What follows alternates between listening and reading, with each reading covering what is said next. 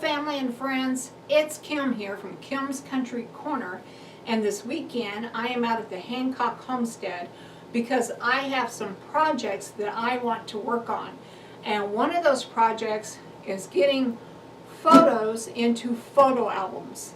Back when my kids were little, from the time they were born until they left home, I took pictures, lots of pictures.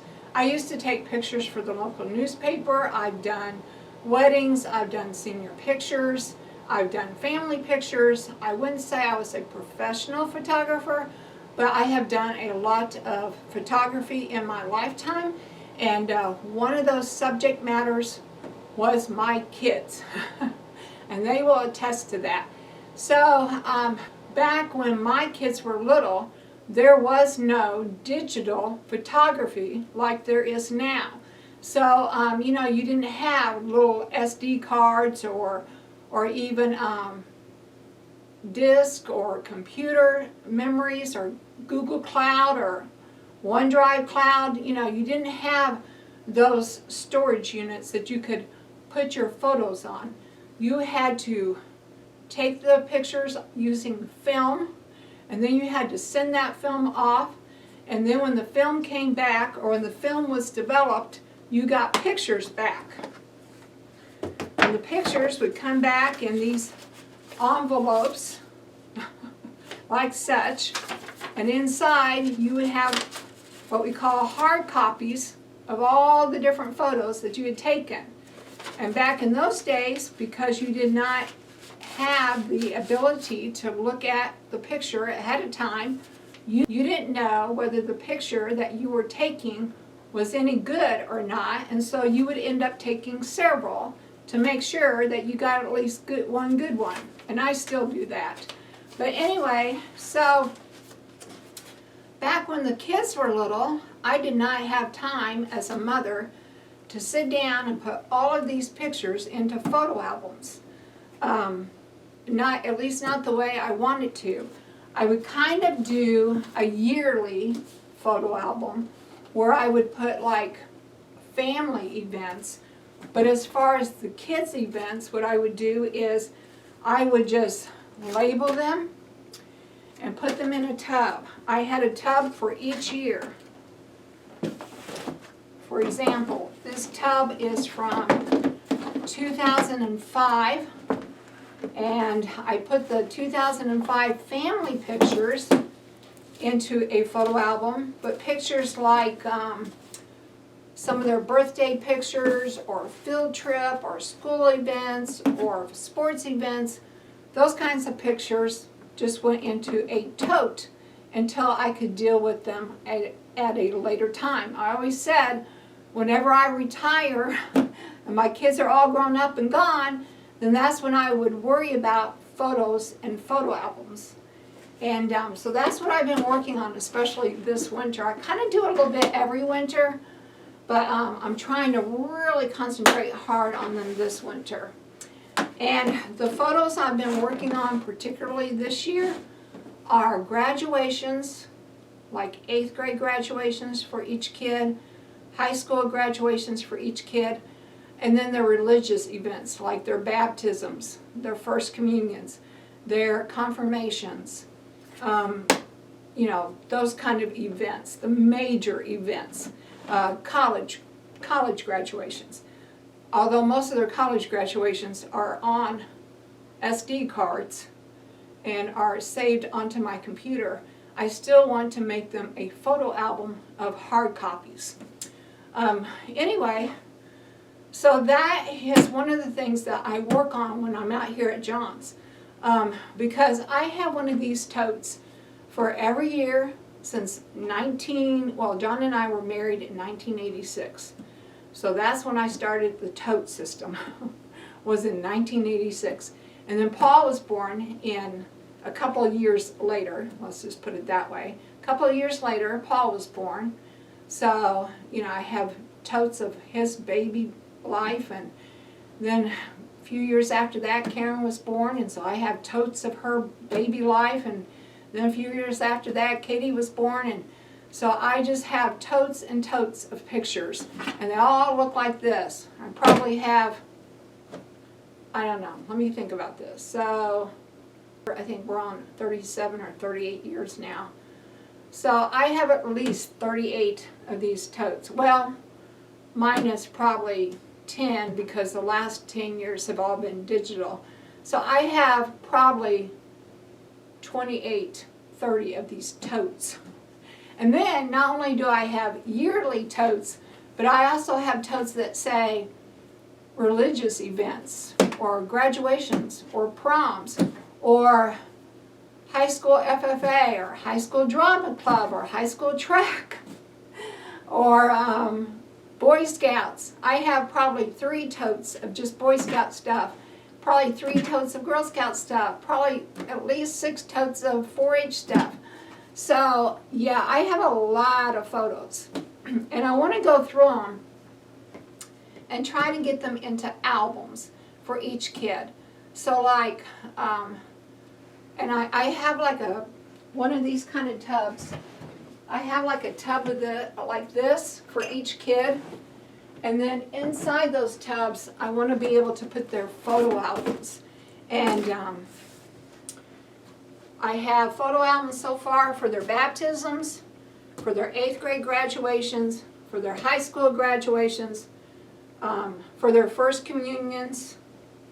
So I am slowly getting through these photo albums. And so I probably should also add here that the reason I do this project out here at the homestead is because, like I said, I probably have, I don't know, 30 to 40 of these boxes, and I don't have room in my apartment to store all of these photos, plus lugging them out up there, and then all of the photo albums too. So this is a project that I just saved to work on when I'm out here at John's during the winter. And the last couple of winters I haven't been able to do it because I've either been gone helping my brother, or last winter I had major knee surgery and just did not feel like thinking about photo albums. So I haven't actually done this for a couple of years now, and I have some catching up to do. Alright, but before I do any of this, I want to go make some homemade potato soup. So let's go on into the kitchen now. My apron that Karen and the grandkids got me a few years back. So it's Kim's Country Corner, established 2015. Can you believe it's been that long? Let's see, next year, well, this August will be 9 years, so next year will be 10 years. 10 years of YouTube. Alright, so today I want to make some old-fashioned potato soup. And I normally use the recipe that was given to me by my best friend, Rusty Adam. But her recipe is up at the apartment, so I went onto the computer and I liked this one particular cooking site called All Recipes, and they had a recipe on there. It says old-fashioned potato soup that looks almost identical to the one that Rusty wrote out for me. So we're going to go ahead and use it for today. And the ingredients for it is 1/4 cup of butter, 1 large onion chopped, 6 potatoes peeled and diced, 2 carrots diced, 3 cups water, 2 tablespoons of chicken bouillon powder, ground black pepper to taste, 3 tablespoons all-purpose flour, 3 cups milk, 1 tablespoon of dried parsley. I never put the parsley in mine. She never did hers either. And 1/4 teaspoon of dried thyme. And that's another thing. We never added the parsley or the thyme. So we just went very basic. And also, instead of the chicken bouillon powder, we always just use chicken broth. Okay, so I'll be adding some chicken broth. Alright, so I have already started some of this. I started it before I decided to do a day in the life. And so I'm going to go ahead and bring you in and just pick up where I was at. Okay? Alright, so let's go take a look.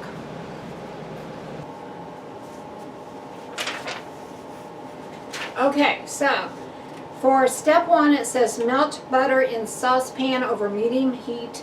Stir in onion. Cook and stir until onion has softened and turned translucent, about 5 minutes. Okay? So, in this pan right here, I have my melted butter.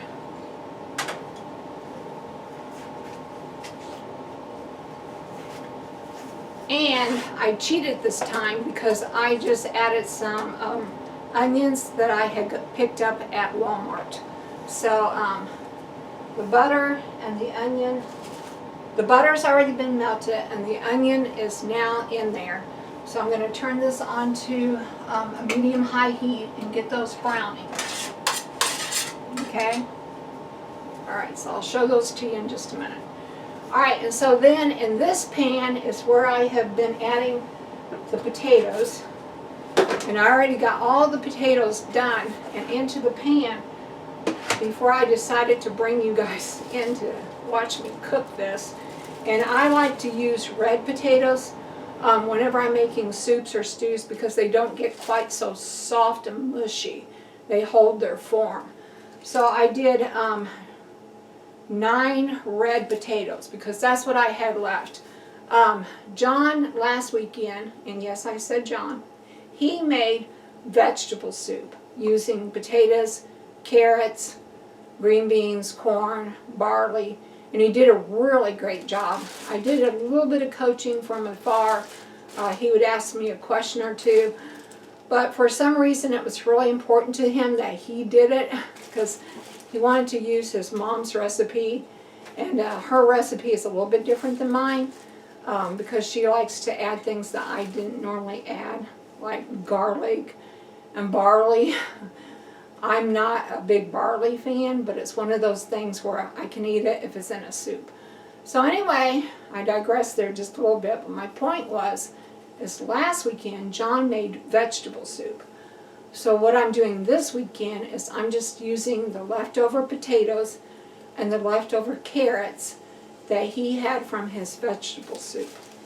So, and when he asked about making his vegetable soup, I had told him that yes, he needed to use red potatoes because they would hold their shape and be more firm in his vegetable soup. So I had to do a little bit of coaching, like telling him what kind of potatoes to buy and what kind that you need to add vegetables juice, you know, and those kind of things. But he did it himself, and it turned out really good. Anyway, so the potatoes are already in the pan, and what I'm doing now is I'm chopping up carrots. Now, the one thing I did not specify to him was to get big carrots, which it doesn't really matter. So he bought a bag of the baby carrots because he likes to eat baby carrots as a snack and with his salads, which is fine. I mean, they're the same. You just have to do more chopping or you have to use more carrots to get the same amount. So what I did is for every potato that I put in, which was 9, I just chopped up 2 baby carrots. So, and I've already started chopping. Let me start this. Hear that sizzling? So I've already started chopping carrots too, and but I do have. Let's see, how many did I do? I think I have like 4 more potatoes to go, or 4 more potatoes, so like 8 of these things.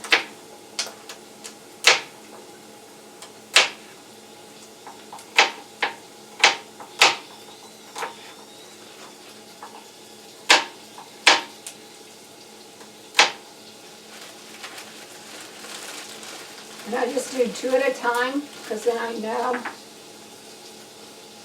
So I do 2 baby carrots for each whole potato.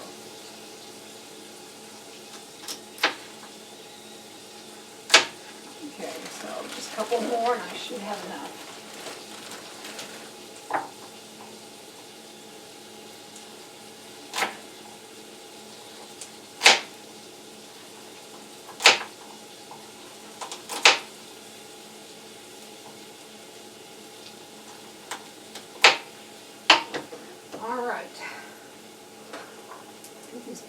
these carrots added. All right, so now what I want to do is I'm going to turn this on to medium-high heat, and then I will boil these potatoes and these carrots in I added 3 cups of water, and then I added 2 cups of the chicken broth, okay? Okay, so step 1 was melting the butter and cooking the onions. And then step 2 says, while onions are cooking, place diced potatoes, carrots, water, and chicken bouillon, which we use chicken broth instead, in another pot and bring to a boil. Cook until vegetables are tender, about 10 minutes. Do not overcook. Then season with black pepper to taste. Alright, so I have the potatoes, and I have the carrots, and I have the water, and I have the chicken broth in there, and I am now bringing it to a boil. So once it starts boiling, which is almost there, then I will set the timer for 10 minutes. Alright, I'm going to bring you guys in for a closer look at these 2 pans.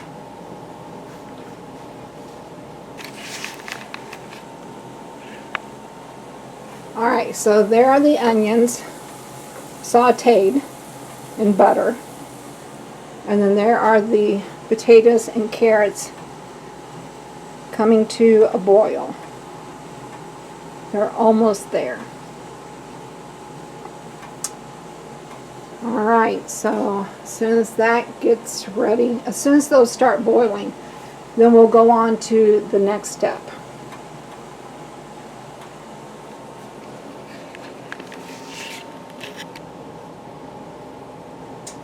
Alright, those are boiling now, so I'm going to set the timer for 10 minutes.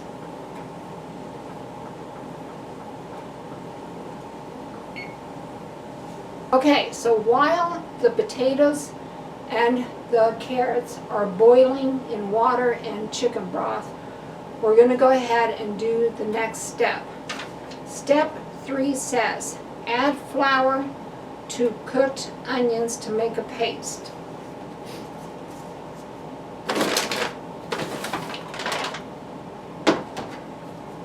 How much flour? 3 tablespoons. Okay, that sounds about right.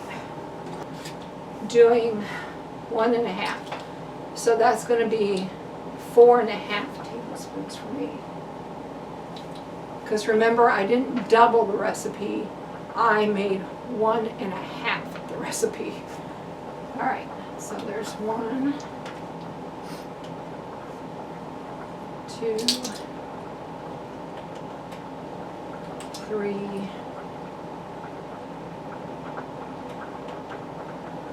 and 4. Okay, I'm going to turn that down just a little bit. Alright, so we are going to make a paste.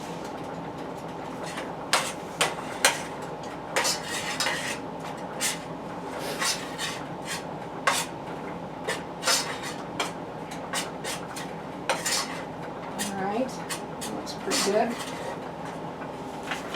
Right. Gradually add milk and stir well. Okay, so the milk says 3 cups of milk, so I actually need 4.5 cups. So let me get out my measuring cup.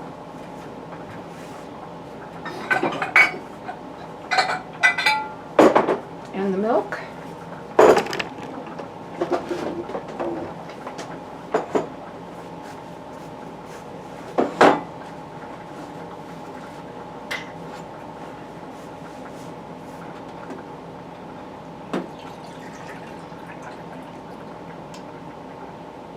So there's 4.5.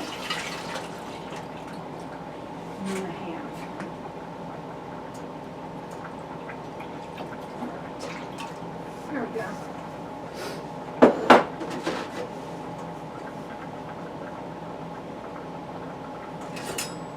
I have made this so many times, I could probably do this without the recipe, but I'm doing it for your all's benefit. And for my daughters in case they ever want to make potato soup. Okay, so we only have about 30 seconds left on our vegetables here, and they're looking good and tender. They're tested them with a fork. They're good and tender. So the next thing that we need to do is it says to add the potato and carrot mixture to that, but actually, since this pan is bigger and it doesn't really matter, we're just going to combine the two pans. So I'm actually going to add that to this. So you leave the water in there.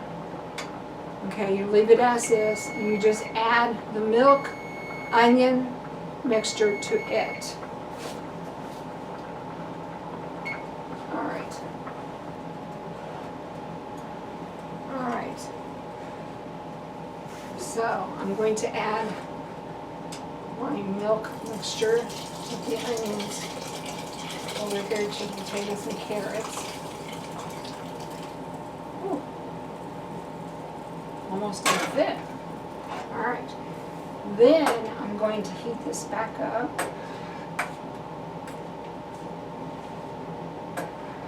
Doesn't that just look so good? I remember Rusty, she didn't like quite as many carrots in her potato soup. And so, in fact, sometimes she would even make her potato soup without the carrots. But I happen to like carrots, so I always add them. Plus, I think that little bit of color just makes it pop. All right, and then I salt and pepper to taste. So I won't be adding pepper at this time. I will just be adding pepper by the bowlful. All right, I'm going to turn this down to low, super low, and I'm just going to let that sit on the stove and let all of those flavors mix together, and then it'll be ready in time for lunch in about a half hour to an hour. All right.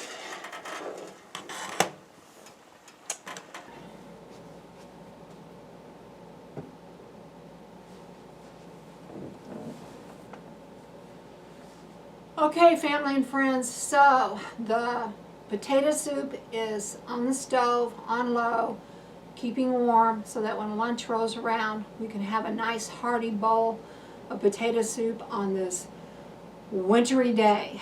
And while we're waiting for lunch to roll around, for the next hour and a half, I'm going to be working on the computer here, editing and then uploading a video from our trip that we took back in 2021.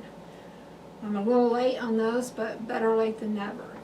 Anyway, I cannot work on a computer for very long because the computer screen strains my eyes and then I end up with headaches. So what I do is I work for like 15-20 minutes and then I take a break and then I come back. But this is what I will be working on. I work on the computer for about an hour and a half to 2 hours every day, working on a video during the winter, that is. But like I said, I have to take quite a few breaks. But that brings me to my next topic, and that is this light over here. In case you guys are going, what is that light? Why is it so bright? Well, this is a Verlux light, and I call it my happy light. It simulates sunlight, okay? During the winter, I suffer from seasonal affective disorder.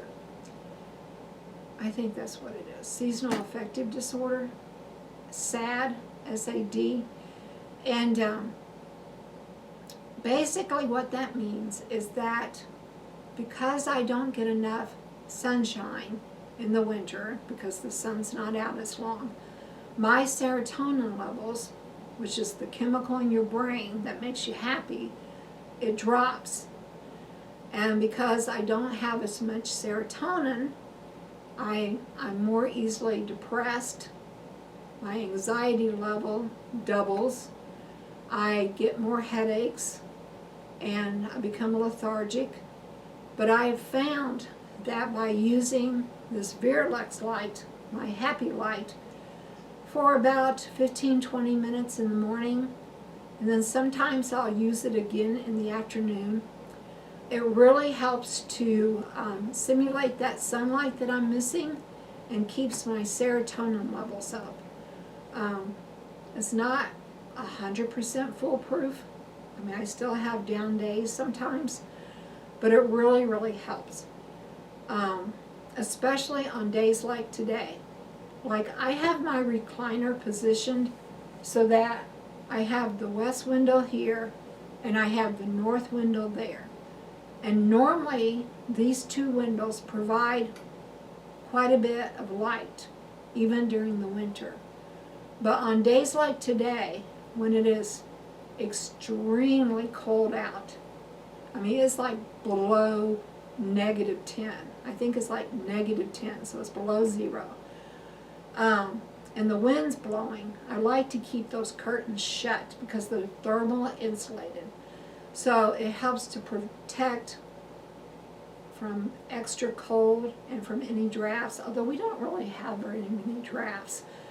But it helps to protect from the cold, and it helps to protect from the noise of the wind. And so I keep them shut on days like today. And then I use my happy light. So anyway, I just wanted to keep that on so I would remember to tell you about it. So for the next hour and a half to 2 hours, I'm going to work here on the computer, editing and uploading a video, and taking short breaks in between. And usually I work, like I said, I'll work 15 to 20 minutes, and then I get up and walk around, look out the windows, say hello to Paulo. He's down in the basement. In case you guys are wondering, Paulo and Squirm are down in the basement. It's much warmer down there than outside, even outside in the barn. I mean, Paulo has the barn, machine shed. Squirm, she stays next door in that shed. But you know, it's -10 degrees out there and the wind is blowing. So I didn't even want them in the outbuildings. I wanted them down in the basement. Our basement is not heated, but because it's underground, they don't get the wind. And some of the heat from up here, you know, helps to keep that warmer down there too. So they're nice and snuggled in down there. Anyway, I'm going to go ahead and keep working here, and I will catch back up with you guys in a little bit. Talk to you later.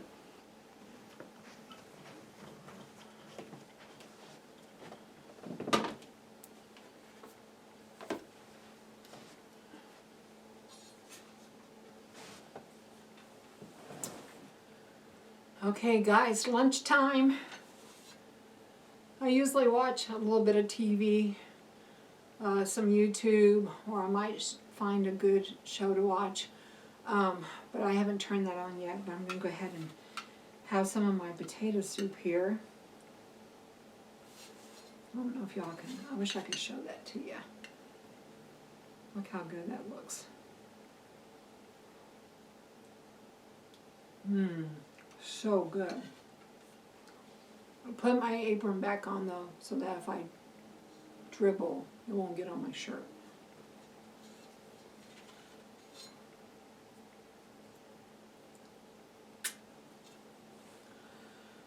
Yesterday I had made some cupcakes.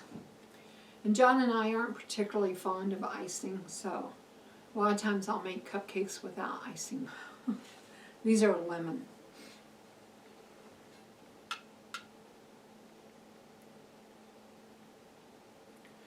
Oh, this soup is really good, especially on a cold day like today.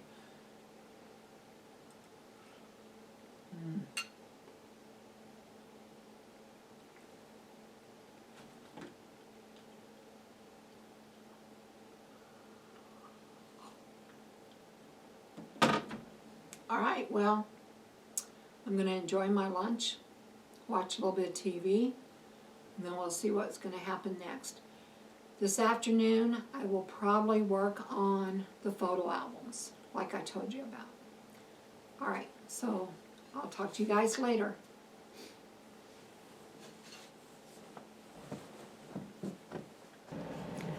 Okay, family and friends, well, I did work on photo albums for just a little bit today.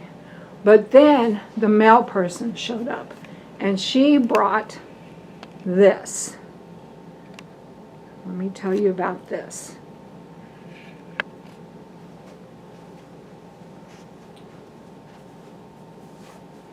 Okay, so first of all, I was happy because John battled the weather to go next door and get the puzzle table. During December, the Christmas tree sits here. But during January, February, March, the puzzle table sits here. And we have always enjoyed doing puzzles during the winter months, the whole family. So we start a puzzle and we just leave it set out, and then anyone that wants to work on it can come and join the fun.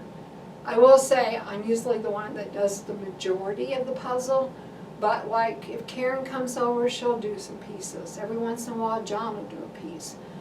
So it's kind of a family thing, and it's always been a family thing.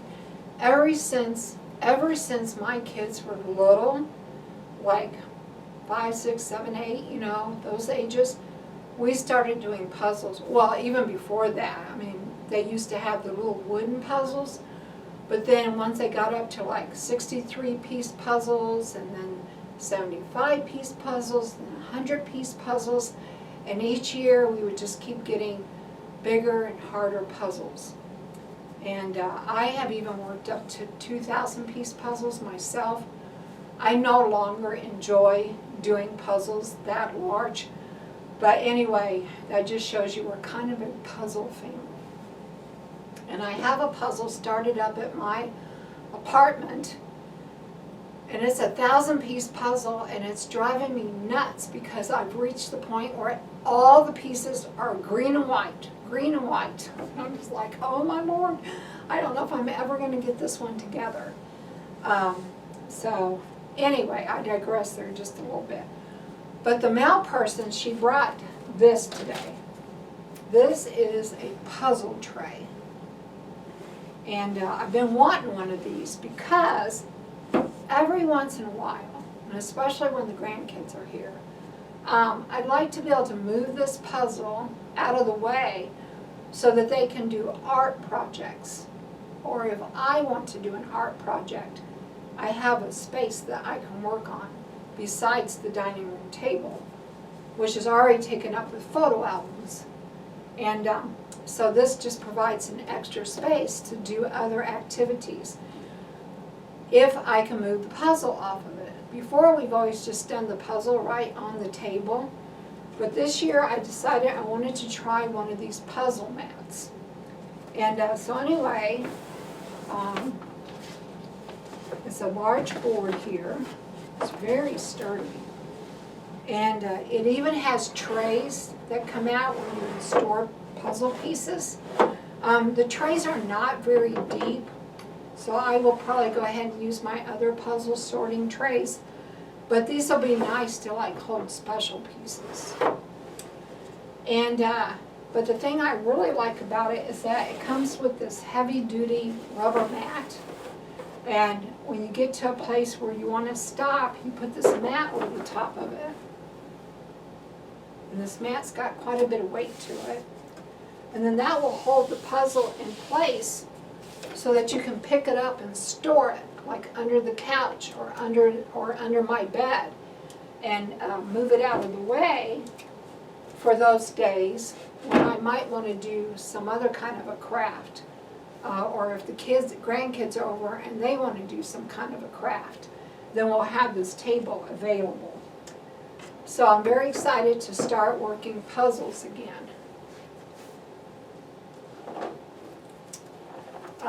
My sister gave me this puzzle for my birthday.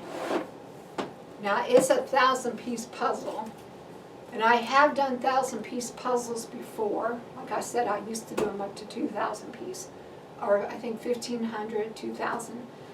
But I don't really enjoy them that big anymore. So like I said, I have done larger puzzles before, like up to 1,500-piece puzzles. but I don't really enjoy them that big anymore. I want something a little easier on my brain. So I told my daughter, I said, if you give me a puzzle for Christmas, try not to get it over 750 pieces. I said, I kind of like that range. So my sister got me this one because it has all the national parks on it, and it is 1,000 piece, and I am going to attempt it, even if it gives me a little bit of a brain headache trying to get it done. I'll probably do that one later on. The first one I want to start though is the one the grandkids got me for Christmas, and that is this 500 piece puzzle. And I really like it because it has the male cardinal and the female cardinal.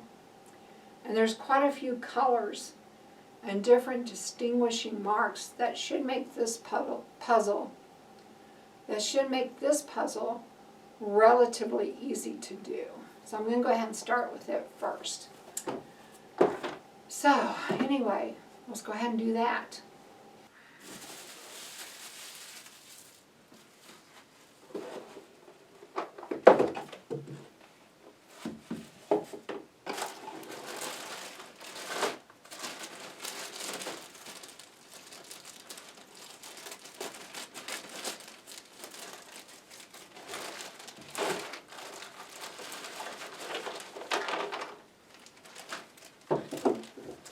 So the first thing that I will do is start sorting the pieces. I'll be picking out straight edges first for around the edge, and then I'll start sorting according to color. All right, so I'll bring you back whenever I get that much done.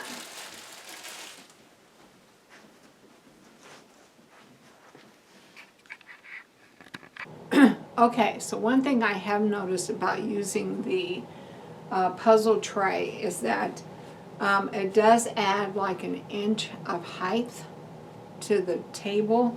So I had to use the taller chair here than the folding chair, and I might even have to put a cushion in here to raise me up a little bit so I'm looking more downward. So that's the one disadvantage, is that your puzzle's up higher and you don't see it quite as well from this angle. I could have bought this with legs to make this tilt up like that, but it was much more expensive and it didn't really have the best reviews. So I decided to just go with the flat one. But I might talk to John or even Matt and see if there's like maybe tiny little legs that you can screw underneath to give it a slight tilt. Anyway, but it is very sturdy and I think it's going to serve the purpose. Okay, but what I'm going to do is I'm going to start sorting the pieces for now, and basically the ones I'm going to be looking out for are the ones that have the straight edges.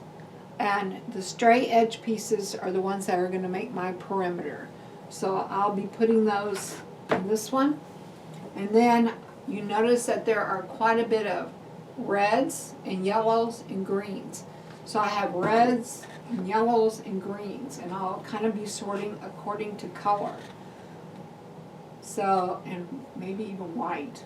Okay, the whites I'm going to lay separate. So, yeah. Okay, so straight edges here, and the bigger ones,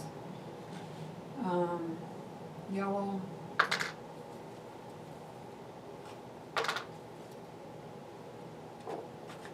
red, and then after I do the first major sort, then you go back and you refine your sorts. So this is just first time through, very quickly, doing according to color, and then according to straight edge. I had to add another color category. I had to make a white pile over here, because that one's going to be red, yellow, green. Okay. Then later, after after I get finished with the major sort and I go back to refine my sorts, then I'll start sorting according to textures. This one's going to be so easy compared to some I've done, because you have so much color and you have so much texture, and it's only 500 pieces. So yay, this will be a fun one. I've decided I like it more for fun than really the challenge like I used to always want. Now I want something fun and easy. I still want it challenging. I don't think I could do anything less than 500 because that would not be very challenging, but anything over 1,000, it's just, yeah, way too much right now. Some of these is kind of hard to decide right now, so then when you go back and you do your more detailed sorts, and it never fails. I always usually end up having to go through and look for straight edges because I will inevitably miss them. My daughter mostly bought me this one for the subject matter. I mean, yes, it's only 500 pieces, so it should be easy compared to what I'm used to doing. But she knew that I love cardinals, and especially anything that has both the male and the female. I don't know how many times I will see a picture or a figurine or even a puzzle that will or a painting that will have two males, two bright red males, and no female. And I'm like, yes, the males are very beautiful. They're bright red. They make a statement. But those females are just as pretty. And I like it when the pair is there. See, I almost threw that into the green until I all of a sudden noticed the straight edge. All right, well, that's all I'm going to make you watch. Okay, well, that is all that I am going to make you watch. But I will continue to sort. I always enjoy talking to you guys. I always enjoy the visits. But it is later in the day now. And I've been doing laundry. I've been cooking. I've been working on videos, photo albums, puzzles. And I'm just ready to chill for a little bit. So I'm going to stop this video here. And I'm just going to say thank you for being here with me today. If you like this video, please give me a thumbs up. If you want to know more about what's going on in my corner of the world, hit that subscribe button. Hit that subscribe button to Kilm's Country Corner Homesteading. And then be sure to check out my other channel, Kilm's Country Corner Travels, for my other videos. And please come back. And I don't know how often I will be putting out videos. I wish I could be one of those people that had a regular schedule with regular content, but I just don't. And especially during the winter. It's like, what do I tell you guys in the winter? Because my days are basically the same. I get up, I have breakfast, I watch YouTube, I work on my videos, I decide what we're going to do for lunch, I have lunch, I have my afternoon projects. In the evenings, I just sit, watch TV, I do the dishes before I go to bed, and then I go to bed. I mean, it's like the same thing pretty much every day during the winter.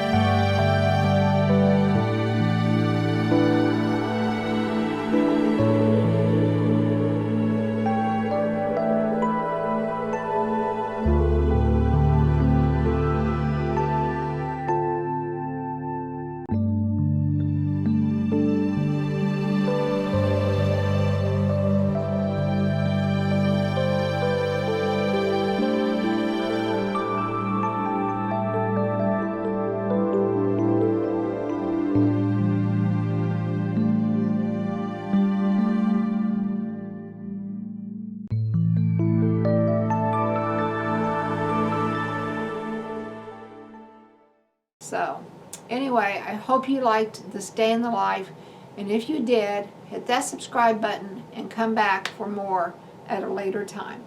All right, bye for now.